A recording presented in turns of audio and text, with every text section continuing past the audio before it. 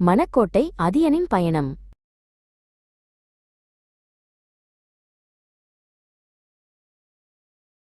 அதிகாலை பொழுது புலர்ந்தது.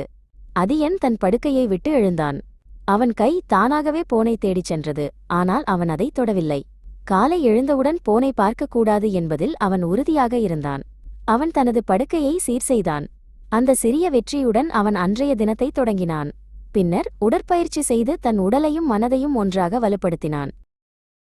ஒரு முக்கியமான வேலையைச் செய்யும்போது அதியன் ஒரு தவறு செய்துவிட்டான். அவன் அதை மறைக்க நினைக்கவில்லை. மாறாக தன் தவறுகளை நேராக எதிர்கொண்டான்.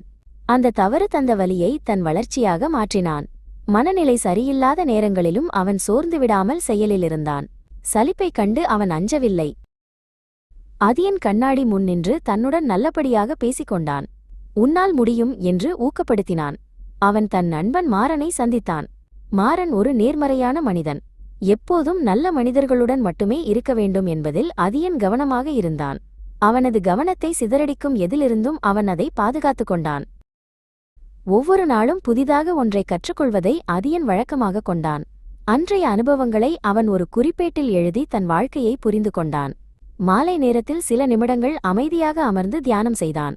அந்த அமைதி அவனுக்கு பெரும் ஆற்றலை தந்தது. அதியனின் பழைய நண்பன் கவின் அவனை ஒரு தேவையற்ற பார்ட்டிக்கு அழைத்தான். பிறருக்காக நடிக்க அதியன் விரும்பவில்லை. தன் இலக்கிற்கு தடையாக இருக்கும் தேவையற்ற விஷயங்களுக்கு அவன் தைரியமாக இல்லை என்று சொன்னான். தனக்கேதான் கொடுத்த வாக்குறுதியை காப்பாற்றுவதில் அவன் உறுதியாக நின்றான். ஒரு விவாதத்தின் போது அதியன் தன் அகந்தையை விட அமைதியை தேர்வு செய்தான். பதிலுக்கு பதில் பேசுவதை விட மௌனமே சிறந்தது என உணர்ந்தான். அவன் நேரத்தை மிகவும் மதித்து பயன்படுத்தினான். அறிஞர்களின் புத்தகங்களை வெறும் கதைகளாக பார்க்காமல் அவற்றை வாழ்க்கை பாடங்களாக வாசித்தான். அதியன் எதையும் சிந்தித்துக் கொண்டே இருக்காமல் உடனடியாக செயலில் இறங்கினான். சில நேரங்களில் ஏற்படும் சலிப்பையும் அமைதியையும் அவன் மனப்பூர்வமாக ஏற்றுக்கொண்டான். அந்தச் சலிப்புதான் அவனது படைப்பாற்றலை தூண்டியது. ஒழுக்கத்தை அவன் ஒரு கடமையாக செய்யாமல் தன் வாழ்க்கை முறையாகவே மாற்றிக்கொண்டான். ஒரு முயற்சியில் தோல்வியடைந்த போதும் அதியன் சோர்ந்துவிடாமல் சிரிக்க கற்றுக்கொண்டான். நல்ல தினசரி பழக்கங்கள் அவனை காத்தன. அவன் ஒரு வீரனைப் போல வலிமையாக இருந்தான். அதே சமயம் ஒரு குழந்தையைப் போல கருணையுடன் நடந்து கொண்டான். குறுகிய கால இன்பங்களை விட நீண்ட கால பெருமையை அவன் தேர்ந்தெடுத்தான். அதியன் தன் முன்னேற்றத்தை எல்லோருக்கும் காட்டிக்கொள்ளவில்லை. அமைதியாக முன்னேறினான். அவனுக்குள் ஏற்பட்ட உணர்ச்சிகளை புரிந்து அவற்றை சமாளிக்க கற்றுக்கொண்டான். மாறன் அவனிடம் உரையாடும்போது அதியன் குறைவாக பேசினான். அதிகமாக கவனித்தான்.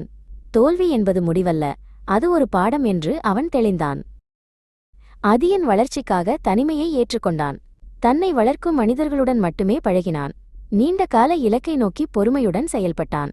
இறுதியில் எத்தகைய வெளியுலக பாதிப்புகளும் அசைக்க முடியாதபடி அவன் தன் மனதை ஒரு கோட்டையாக உருவாக்கினான். அந்த மனக்கோட்டையே அவனது வெற்றிக்கு அஸ்திவாரமானது.